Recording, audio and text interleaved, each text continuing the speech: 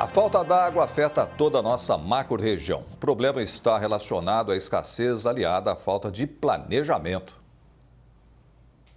A Lagoa do Saibro, em Ribeirão, ilustra bem o cenário crítico da seca. Há mais de um mês não chove na cidade. Hoje já é possível caminhar em locais antes tomado pela água. Dá dó. Tinha tanto peixinho, o pessoal vinha pescar aqui, ó, sumiu tudo. Desse nível é a primeira vez que eu vejo chegar. Há 30 e tantos anos que eu moro aqui. Primeira vez que o senhor veio chegar nesse cenário? Já teve baixo mesmo, mas desse jeito é muito difícil. A seca, aliada à falta de planejamento, tem prejudicado quando o assunto é a falta d'água. O problema se estende por vários bairros em Ribeirão. No Cidade Universitária, os moradores contam que ficaram quase 15 dias sem água. A única saída para a dona Conceição foi comprar um caminhão de água. 15 dias sem água, nem durante o dia, nem à noite, que não enchia caixa nenhuma. Qual foi a saída? Liguei no Daerp e pedi um caminhão-pipa. Aí me informou que eu tinha que pagar R$115 do caminhão-pipa, se eu quisesse ter água. Eu liguei no Daerp para pedir um caminhão-pipa para vir abastecer as caixas, porque não tinha mais nada. E ela falou que tinha que pagar uma taxa de R$107. Aí eu comentei com ela, eu gasto por mês 60, 70, às vezes estourando 80. Como que eu vou pagar R$107 para encher 2 caixas? Enquanto a água falta para muitos ribeirão-pretanos, ela escorre nos inúmeros vazamentos pela cidade. Problema que o Jornal da Clube mostra quase que diariamente. Olha só o que chamou nossa atenção, André. Um vazamento de água bem aqui na rua Coronel Luiz da Cunha, no pé de uma árvore. Água limpinha que corre pela grama. É esse vazamento de água limpa, olha só, tá jorrando muita água e o desperdício é grande. O Jefferson é morador aqui bem em frente. Ele fez questão de mostrar para a nossa reportagem que a água é realmente cristalina. Jefferson, pega um pouquinho dessa água para a gente, por favor. Olha como a água é limpa. Dá realmente muita dó, né, Jefferson? Dá dó demais, rapaz. E a crise da água e a falta de gerenciamento acontece também em outras cidades da nossa macro-região. Em Brodowski, os moradores ficaram 6 dias sem água porque a bomba de um dos poços quebrou. O problema já aconteceu no início do ano. Um transtorno para os moradores, principalmente porque, segundo eles, não aconteceu um revezamento nesse período. É importante que tenha uma estratégia de racionamento. Precisa haver uma comunicação com a população sobre que horas que vai chegar a água na sua casa, que dia você vai ter a água para você poder armazenar e poder passar por esse período de racionamento. O superintendente do Departamento Municipal de Água da Prefeitura diz que foi sim realizado um racionamento a fim de atender os bairros prejudicados, mas reforçou que no período de seca é importante economizar. E isso também vale para a Prefeitura, já que 30% da água se perde pelos vazamentos. Havia uma perda muito grande, tomamos ações, aliás, ações que vêm sendo tomadas de um certo tempo, como, por exemplo, a troca de toda a rede da cidade de amianto por PVC, a construção de um novo reservatório. Então, a perda é um problema que vem sendo solucionado. Em Sertãozinho, os moradores de diversos bairros reclamam que a água tão essencial já não está chegando nas torneiras. No Jardim Europa 2, os moradores estão convivendo com o problema há uma semana. Um verdadeiro transtorno. Todos os dias da semana está faltando água absurdamente. Não tem como, a gente vai tomar banho, não tem água, a gente vai lavar roupa, não tem água. Quando volta, uma miséria. Muito difícil, ainda mais agora no calor, eu falo com você que até no filtro não tem água. Tá realmente muito difícil, viu? E tá sendo assim todos os dias. De manhã cedo e à noite são os piores horários. Das vezes a gente quer fazer alguma coisa, tem que aproveitar mais ou menos a hora de meio-dia em até 2 horas que tá tendo água. Depois acaba tudo de vez. De acordo com o Sistema Autônomo de Água e Esgoto aqui de Sertãozinho, está acontecendo um consumo acima do normal. Isso por conta do tempo seco e também das queimadas. Portanto, a orientação é que os moradores economizem. Nós temos alguns pontos da cidade que tem uma diminuição de pressão nos dias de muito consumo. Seria sexta e sábado, né? Se o consumo não diminuiu e continuar essa seca, talvez a gente tenha que pensar em alguma coisa para que não haja prejuízo para a população, pelo menos em algum período. Falta água também em Araraquara. Uma das represas utilizadas para captação está assim, com nível bem abaixo do ideal e parte do reservatório praticamente seco. O motivo, segundo o DAI, é a estiagem dos últimos 2 meses, aliado a um problema pontual na rede. Uma adutora se rompeu devido ao alto consumo da população. O comércio do Gabriel, no Jardim Brasil, só não foi mais afetado pela falta d'água porque a caixa estava cheia. Eu preciso lavar muita coisa, né? É copo, é a descarga, jogar uma água nas plantas, lavar o estabelecimento. Se eu tenho uma caixa d'água grande, para mim não afetou quase em nada, né? Mas tem bastante gente que vem aqui e reclama, né? Que acabou a água, não tem água. A situação também se repetiu em outros bairros, como Vila Xavier, Botânico e Jardim das Estações. E nós fomos ligar a torneira e as vizinhas tudo reclamando também daqui que não tinha água. E nosso começou a sair porque tem a caixa, né? Em Pitangueiras, a falta d'água continua sendo problema crônico em diversos bairros. Em torno de 50% da água tratada se perde na rede. E numa época de seca como agora, não tem jeito, sobram reclamações. O trabalhador trabalha, vem suado, veste uma roupa limpa para dormir de madrugada, 2 horas, levantar para tomar um banho. Isso não está certo. Nós somos filhos de Deus igual eles. E enquanto falta água em alguns bairros, em outros a população desperdiça, lavando a calçada e os carros.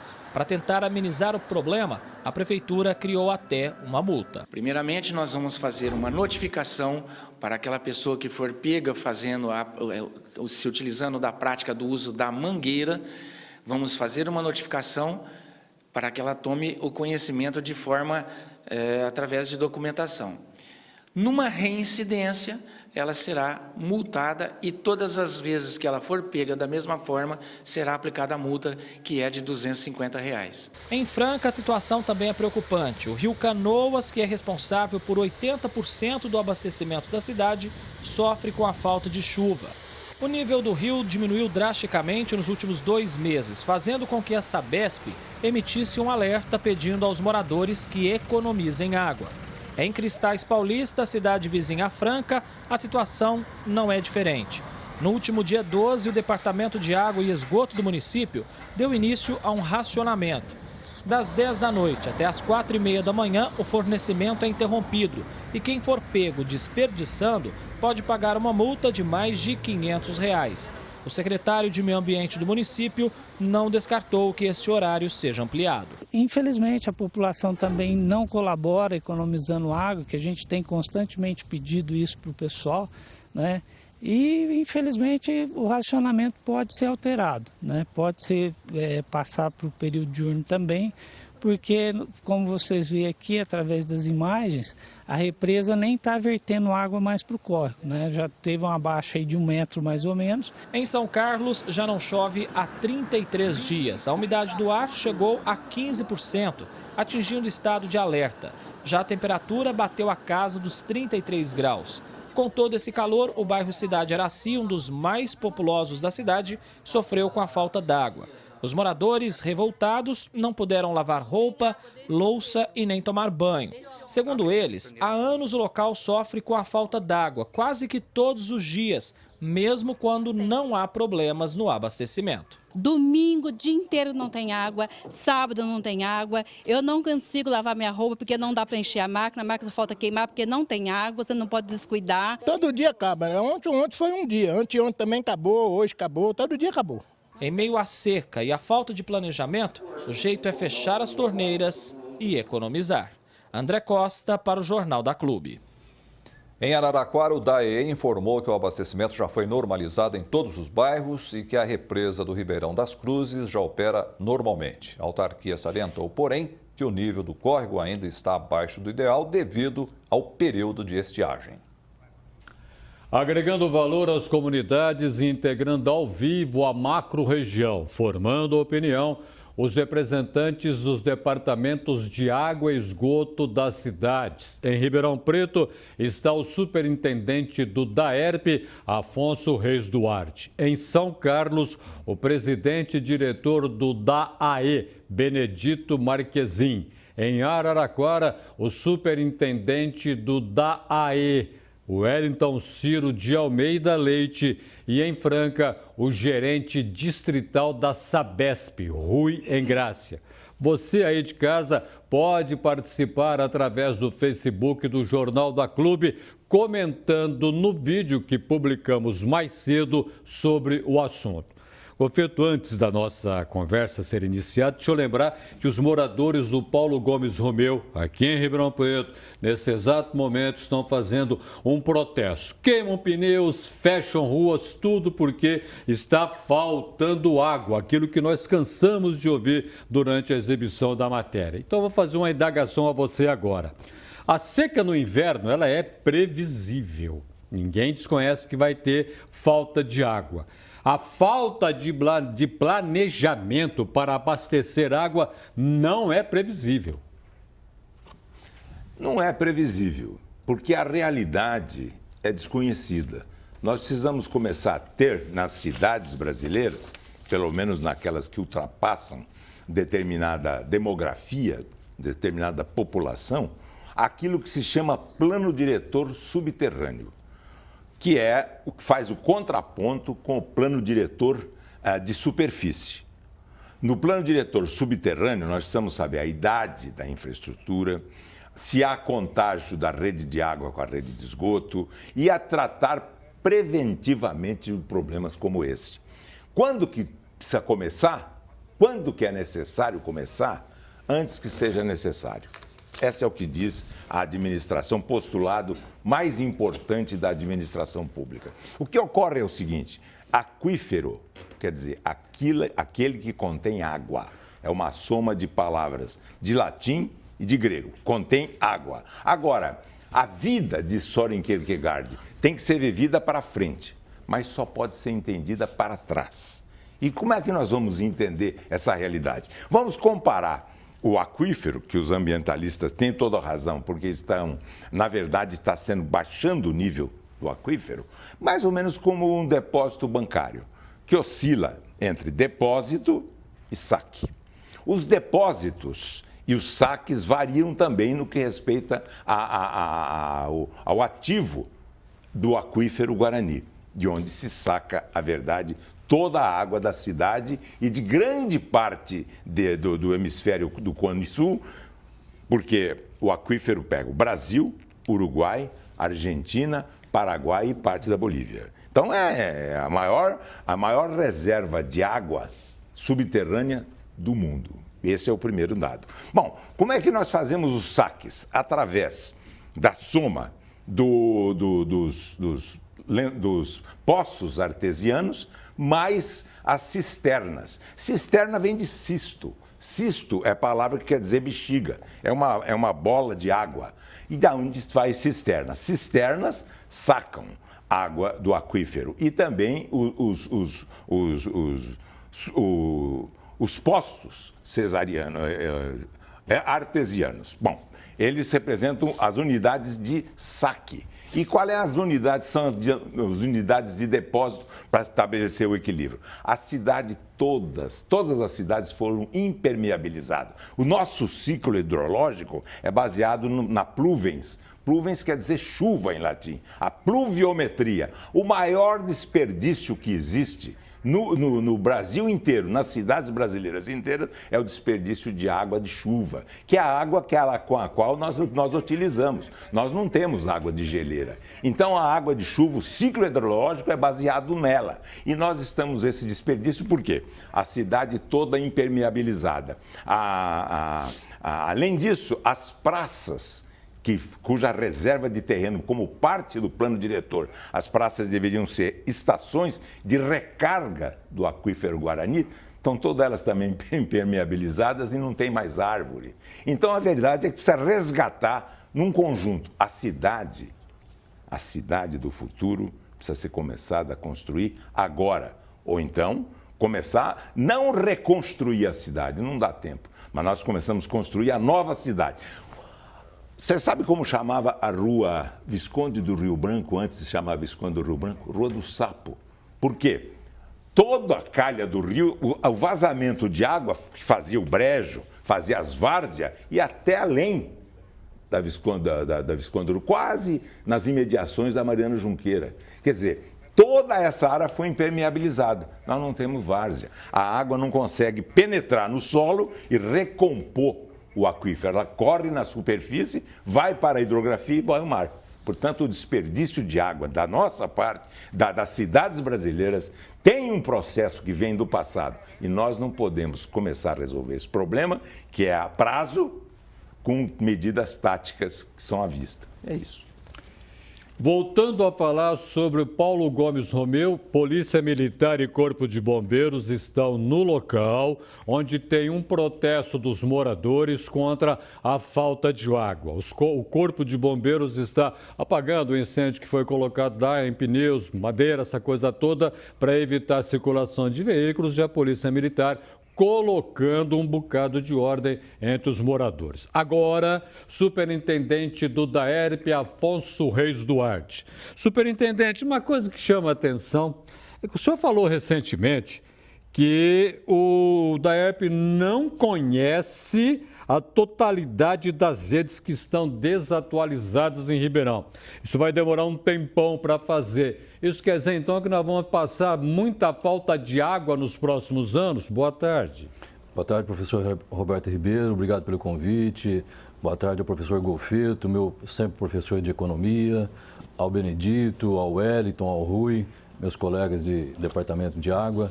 Ribeirão Preto, acho que pela primeira vez, está sendo administrado por uma equipe técnica. Houve no departamento, nos tempos passados, uma ingerência política sem tamanho e não se tomava as decisões do ponto de vista técnico e nós estamos sofrendo as consequências agora. Acho que pela primeira vez o departamento está sendo administrado por uma equipe eminentemente técnica, sem nenhuma indicação política, seja da Câmara Municipal, seja do Executivo. Então é um momento especial que o DAERP vive, num momento de grandes dificuldades, de falta de investimento, e realmente nós não conhecemos a rede que nós temos. Ela está, parte dela, no papel e já com grandes alterações que não foram atualizadas as redes que nós temos hoje em Ribeirão Preto. São mais de 2.100 quilômetros, só neste ano já fizemos cerca de 5.200 metros de expansão de rede nova para resolver problemas pontuais. E no passado, para resolver os problemas do DAERP, se tomou iniciativas, professor Roberto Ribeiro e telespectadores. A concepção feita em Ribeirão Preto para que a água chegue até a sua casa destoa de tudo que se é feito no mundo ou em cidades mais avançadas. Nós retiramos a água do aquífero Guarani a 292 metros, como é o caso que você disse agora há pouco do Paulo Gomes Romeu, que o pessoal está com falta de água. Está com falta de água por quê? Porque queimou a bomba ontem no Jamil Semicuri, que é um poço que produz em torno de 180 metros cúbicos por hora e ele está a 292 metros de profundidade. E ontem, a nossa equipe, eu estive lá ontem à noite com a equipe nossa, trabalhou desde as 10 horas da manhã até as 2 horas da madrugada e o poço entrou em funcionamento às 4 horas da manhã. Leva um tempo para equilibrar o sistema para que a água chegue às torneiras dos moradores do Paulo Gomes Romeu, do Jardim Paiva, que nós pedimos então, para que entendam. Só concluindo essa questão então, nós retiramos a água, colocamos na rede e não levamos colocamos na rede diretamente e não levamos para o reservatório. Depois eu vou concluir dizendo que nós temos uma capacidade de armazenagem de 168 mil metros cúbicos, conseguimos abastecer 146 metros cúbicos e só chega 16 mil metros cúbicos nos reservatórios. Então, essa é a grande dificuldade nossa hoje, de ter tido uma concepção técnica mais barata e mais inconveniente e que hoje redunda na falta de água em alguns bairros de Ribeirão Preto. Por aquilo que o senhor está colocando, o DAERP é um verdadeiro saco sem fundo. Quer dizer, joga água fora, joga recurso, incompetência administrativa do passado e tudo isso está arrebentando ainda hoje quando a gente tem a estiagem. Mas eu vou insistir daqui a pouco com o senhor a respeito da necessidade de planejamento, de saber usar a água que nós estamos jogando fora. Porque agora eu vou até a cidade de São Carlos. Presidente, e diretor do SAI, Benedito Marquezin. Em São Carlos, situação para o morador qual que é? A água é suficiente ou está tendo que ter racionamento, segurar o gasto? Boa tarde. Boa tarde, Roberto, comentarista Golfeto, o Afonso, o Ciro de Araraquara, o Rui de Franca. Nós que trabalhamos na área de saneamento, a gente sabe a dificuldade que é. Historicamente, São Carlos nunca houve a necessidade de aplicar racionamento. A gente pede a colaboração da população, a gente atende o que acontece? A gente tem que aumentar a capacidade de produção. O nosso aquífero, nós temos 30 poços subterrâneos, que extrai água do aquífero Guarani, e 2 captações superficiais. Uma das captações, que fica próxima à Universidade Federal, ela sofre uma queda de vazão devido a essa estiagem. E também devido à montante da captação existir vários loteamentos, e quando acontece de romper alguma rede coletora, a gente precisa paralisar a captação. E aí nos traz o prejuízo, não conseguimos atender a demanda. Por outro lado, nós temos alguns bairros, como foi citado numa reportagem anterior, no bairro Cidade de Araci. Um bairro de mais ou menos 60 mil habitantes. Lá nós atendemos através de poço profundo e água também subterrânea. No último feriado aí de 7 de setembro, rompeu uma adutora que encaminhava aí em torno de 100 litros por segundo, sob a rodovia Luiz Augusto de Oliveira. E isso nos trouxe um transtorno enorme. Ficamos lá 5 dias para tentar consertar a adutora, devido o tubo onde protege essa adutora totalmente tomado por solo. Precisamos fazer injeção de jateamento de água e sucção para ter o acesso. Temos outros bairros também, eu poderia dizer aí a todos, a Vila Neri, Santa Felícia, e a gente fica dependendo dos postos. Então, o que nós estamos fazendo? Nós não estamos parando no horário de ponta, que é das 18 às 21 horas. Nós estamos tocando todo o sistema de captação de água direto, 24 horas por dia. Muito bem, eu vou agora até Araraquara, o superintendente do DAI, Wellington Ciro de Almeida Leite. Não é possível, numa cidade do tamanho de Araraquara, que tem lá a sua pujança industrial, falar em controlar o gasto de água. Controlar quem? A população ou as fábricas, as empresas? Como é que vocês estão trabalhando nesse momento que está faltando chuva? Estão jogando a culpa tudo em cima de São Pedro por não ter água.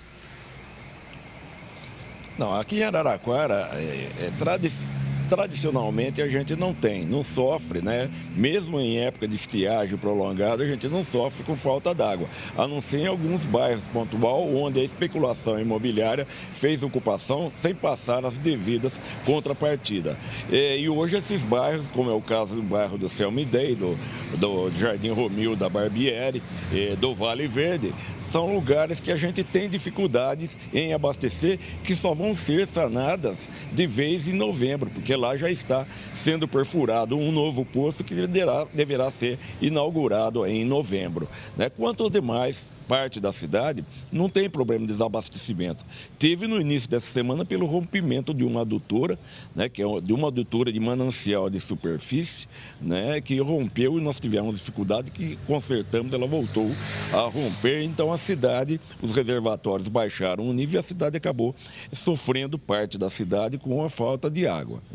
Aqui em Araraquara nós usamos 35% da água de mananciais de superfície e 65% de mananciais subterrâneos. Na época de estiagem, essas porcentagens variam um pouco, porque a tendência é dos mananciais de superfície baixarem o seu nível, então a gente passa a captar a água mais no aquífero subterrâneo.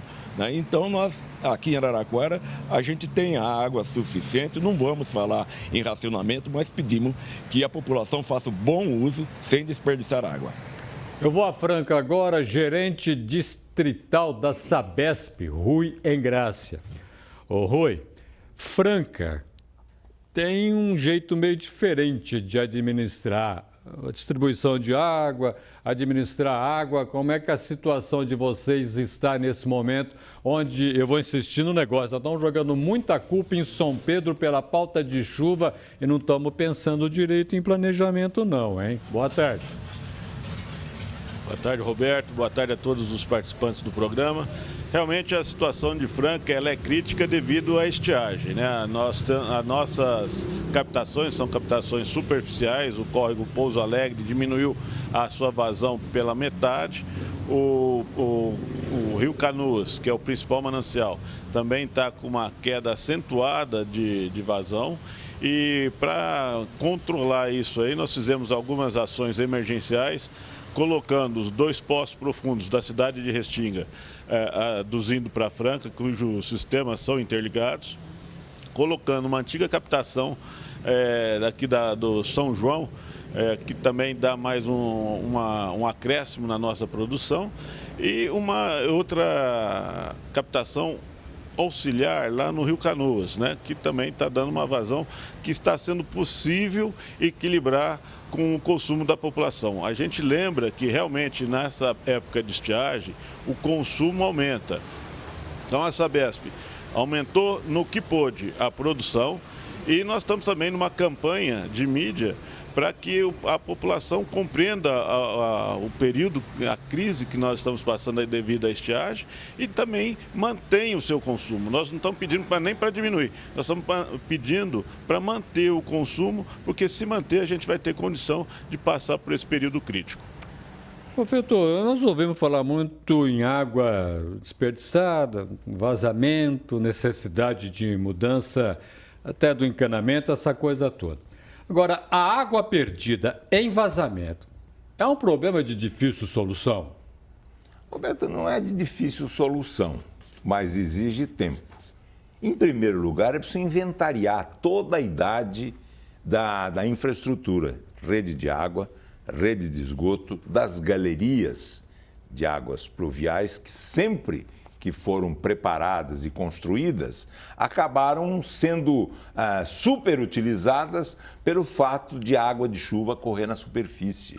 Não se toma uma atitude no sentido de se aproveitar essa água, que o desperdício é absurdo. Acredita-se que 3% da pluviometria do ciclo hidrológico, que começa e termina com a chuva, vem a ser drenada para o aquífero Guarani.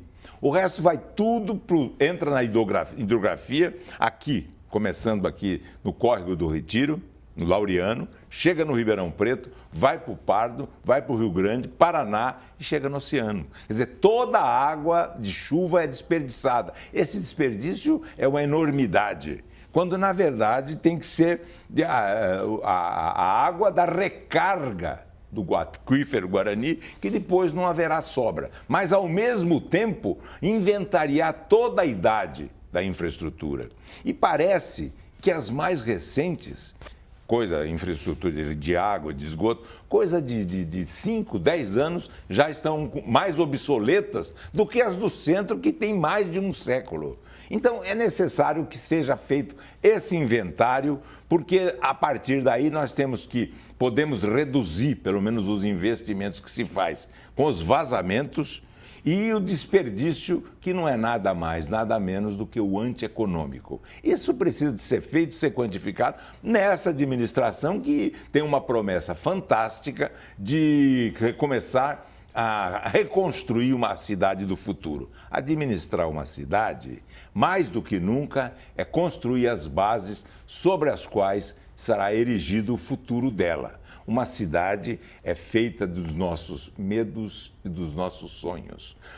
Uma verdadeira administração voltada para o futuro não é mais aquela que baseia-se no cumprimento de promessas, mas aquela que mais do que nunca se compromete com a realização de sonho, porque o sonho também é vizinho muito próximo do pesadelo. As enchentes viram cheias As cheias naturais viram enchentes exatamente porque impermeabilizou-se a superfície da cidade inteira. Mas não essa administração nem a anterior, para um processo histórico que vem desde o início da cidade de Ribeirão Preto e que foi precedida pelas cidades mais antigas. É claro que quanto maior a população de uma cidade, maior o problema a ser enfrentado. É isso. Em Ribeirão Preto está o superintendente do DAERP, Afonso Reis Duarte. Afonso, deixa eu retomar um pouco o assunto quanto à situação do DAERP. Quer dizer, o DAERP deve saber, tem conhecimento daquilo que está atrapalhado ou não está na rede de distribuição, onde tem ou não tem vazamento, mas aquilo que eu entendi que a administração passada, a administração retrasada, não tinha tanto conhecimento assim. Isso quer dizer que o DAERP era uma autarquia independente, não devia nada de explicação a ninguém? Faltou controle social, professor Roberto Ribeiro. Eu acho que cada vez que a população conhece o que está acontecendo, que tem transparência nos atos de gestão, nos atos administrativos, faz-se a discussão social de um bem estratégico da água, que custa caro para distribuir, para retirar. Isso não era discutido em Ribeirão Preto. Discutia-se os interesses políticos e não os interesses estratégicos de água. Basta dizer que agora em agosto, isso aconteceu também no ano anterior, como média, nós retiramos agora em agosto 12.543 metros cúbicos de água do aquífero Guarani e faturamos, professor, 4.988 mil metros cúbicos, ou seja, uma perda de 60%. 40% de perda física, 20% de furto, de problemas comerciais. Nós não temos cadastro comercial, eu não sei quem que é o meu usuário, lá só tem um número. Então, faltou gestão nesta autarquia, que é uma das mais importantes na vida das 192 mil ligações que nós temos e das 290 mil economias. Nós mexemos com a vida de 682 mil habitantes de Ribeirão Preto que não tinham conhecimento de como era gerido o Departamento de Água e Esgoto de Ribeirão Preto. Faltou muito investimento. Então, nós não temos problemas de falta de água, nós temos problema de falta de gestão. Se nós colocássemos 12.343 mil metros cúbicos nos nossos reservatórios, nós teríamos água sobrando em excesso.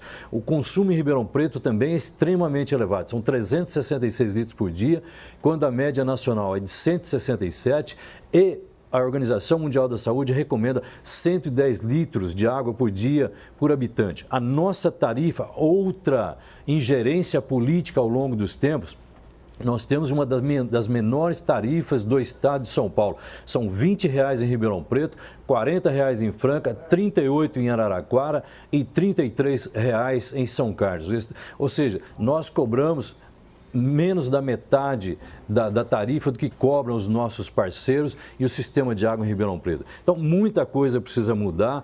Nós temos que ter a responsabilidade de fazer essa transformação no DAERP e dar segurança hídrica para a população de Ribeirão Preto. São Carlos, conversar agora com o Benedito. Benedito, aí em São Carlos, o preço da água está barato, o preço da água está muito acima do normal, a população anda reclamando do preço do abastecimento. Como é que vocês vão equilibrar a situação? A água é para custar caro, sim, mas tem limite, não tem? Não, tem que ter limite. Mas São Carlos também, nós temos uma tarifa também, uma das mais baixas da macro-região. Posso falar para o senhor que, por exemplo, o tratamento de esgoto, a tarifa de esgoto, nós ainda estamos cobrando 70% da tarifa de água, você entende? Existe agora a possibilidade para fazer a implantação da agência reguladora aqui em São Carlos. O Ministério Público está nos cobrando para fazer essa implantação. E com a agência a gente vai, vamos dizer, majorar os preços dentro, lógico, também da capacidade financeira da população, que a gente sabe que a população com essa crise não quer saber de aumento de impostos. Também não é a intenção do SAI aplicar uma majoração que esteja aquém da capacidade da cidade. Porém, o preço da água precisa ter o seu custo real. Nós temos aqui em São Carlos, nesse controle de perdas, por exemplo, nós temos cadastrado 80 quilômetros de redes antigas na região central da cidade e alguns bairros que também são antigos. Para fazer essa substituição pelo método não destrutivo, que é um método que não atrapalha o trânsito tanto de veículo quanto de pedestre, um investimento de aproximadamente 40 milhões de reais. Temos outros investimentos também, o tratamento de esgoto de uma região chamada Varjão. Existe uma ação civil pública que já está, vamos dizer, nos executando, dando um prazo aí para fazer a coleta, o transporte e o tratamento do esgoto.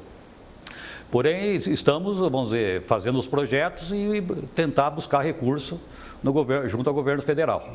Eu sei que o governo federal também, essa crise, para fazer, vamos dizer, ou financiamento ou disponibilizar recursos para os SAIs, a pretensão deles é que todos o sistema de água sejam privatizados, não é? Então, e também nós vamos atacar, vamos dizer, os vazamentos e as perdas. Nós vamos criar o distrito de macro-medição para fazer essa gestão em cima disso. Eu vou a Araraquara agora, superintendente do DAE, Wellington Ciro de Almeida Leite. No seu entendimento, a agência reguladora ajuda a evitar gasto excessivo de água? Sim, faz parte já da Lei 11.445, que é a Lei Nacional de Saneamento Básico, que todos os serviços de saneamento sejam regulados, né? Aqui nós temos uma agência de regulação, que é a ARES, PCJ, né, que faz a regulação, e isso daí é muito importante que a gente trabalhe com serviço regulado, né? Regulado, e a gente tem discutido com eles os nossos pontos de vista e os deles, e a gente sempre tem chegado a um consenso para que esses serviços nos auxiliem, né, na gestão, né, do recurso tão importante que é saneamento. Uma vez que a cidade de Araraquara já alcançou, desde a década de 90, a universalização do serviço, 100% da cidade está ligada à rede de água e à rede de esgoto, né? Então nós temos água tratada para a população toda, todo o esgoto coletado, esgoto tratado, 100% de lixo, né, coletado e disposto de forma adequada. Então nós estamos aqui em Araraquara, nós temos, além do serviço de água e esgoto, nós temos outros serviços, como também o serviço de meio ambiente, que está ligado à autarquia. Eu vou a Franca agora, gerente distrital da Sabesp, Rui Engrácia. Ô Rui, se São Pedro não abrir as torneiras, Franca vai ficar sem água? Olha, eu não acredito, porque primeiro essas ações que nós fizemos aqui emergenciais, elas aumentaram um pouco a nossa capacidade de produção. Segundo, eu tenho certeza que a população vai colaborar conosco, mantendo seus consumos de forma adequada. E com isso a gente vai poder passar esse período mais crítico. Lembrando também, Roberto, que para o futuro, né, nós temos uma obra praticamente concluída que vai dobrar a capacidade de produção da cidade de Franca, que infelizmente, devido a um problema com a empreiteira que está praticamente finalizando a parte das adutoras, nós estamos pedindo junto à Justiça que seja feita a rescisão do contrato. Nós não podemos ainda ofertar uma maior quantidade de água para a população, mas acredito que aí, acertando essa questão na Justiça, nós em 2 anos teremos novo sistema de produção de água do Sapucaí Mirim entrando em operação, e aí a gente vai viver aí mais tranquilo por um período de mais 30 anos. Integraram a macro-região na edição deste sábado do Jornal da Clube os representantes dos departamentos de água e esgoto. Em Ribeirão Preto, o superintendente do DAERP, Afonso Reis Duarte. Em São Carlos, o presidente e diretor do SAI, Benedito Marquezin. Em Araraquara, o superintendente do DAI, Wellington Ciro de Almeida Leite, e em Franca, o gerente distrital da Sabesp, Rui Ingrácia. Ao meu lado, Vicente Golfeto, que agora responde, por favor, uma dúvida que ficou durante todo o nosso debate. Afinal de contas, a água é um problema administrativo ou um problema político? Ou, se preferir, um erro político? Um problema administrativo, um problema político e um problema de educação ambiental. É um triângulo que, como todo triângulo, tem 3 vértices. Esse é o dado. Porque desde o século XIX, a saúde humana, a saúde animal e a saúde ambiental também formam um triângulo. E elas caminham conjuntamente para a saúde pública, a saúde coletiva, a saúde de todos. Tanto que o verbo sanear está intimamente ligado ao verbo sanar, dar saúde, recuperar a saúde. A água, exatamente nessa época, a coisa de uns 10 anos, é insubstituível para o uso pessoal e para a irrigação.